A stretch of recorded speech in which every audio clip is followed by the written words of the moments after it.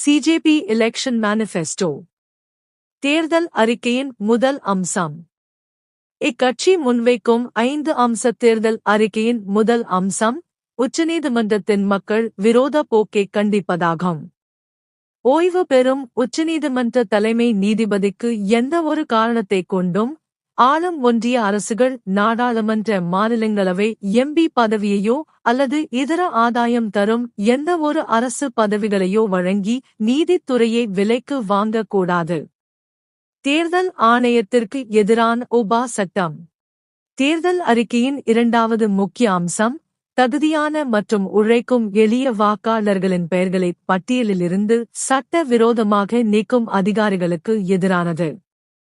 ஆளும் வர்க்கத்திற்கு ஆதரவாக தேர்தல் முறைகேடுகளில் ஈடுபடும் அல்லது வாக்காளர் பட்டியலை சிதைக்கும் தலைமை தேர்தல் ஆணையர் மீது உபா யுஏபிஏ சட்டத்தின் கீழ் கடுமையான பயங்கரவாத ஒழிப்பு சட்ட நடவடிக்கை எடுத்து சிறையில் அடைக்க வேண்டும்.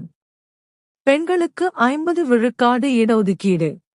நாடாளுமன்றத்திலும் மாநில சட்டமன்றங்களிலும் ஒன்றிய மாநில அமைச்சரவைகளிலும் பெண்களுக்கு முழுமையாக 50 விழுக்காடு இடஒதுக்கீடு வழங்கப்பட வேண்டும்.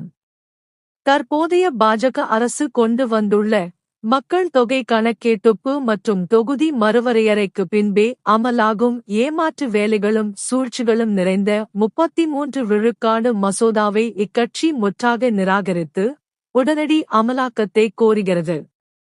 கார்ப்பரேட் ஊடக ஏகபோகத்திற்கு முற்றுப்புள்ளி.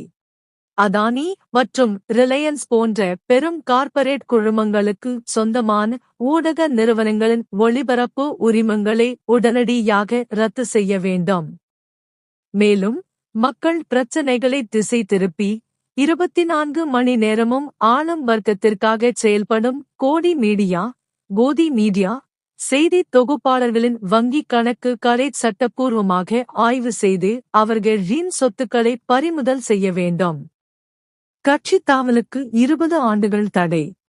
அதிகார பசிக்காகவும் கார்ப்பரேட் பணத்திற்காகவும் மக்கள் தீர்ப்பை அவமதித்து ஆபரேஷன் லோட்டஸ் போன்ற சூழ்ச்சிகள் மூலம் ஒரு கட்சியிலிருந்து மற்றொரு கட்சிக்கு தாவும் எம்பி அல்லது எம்எல்ஏக்கள் மீண்டும் எந்த ஒரு பொது பதவியையும் வகிக்க முடியாது.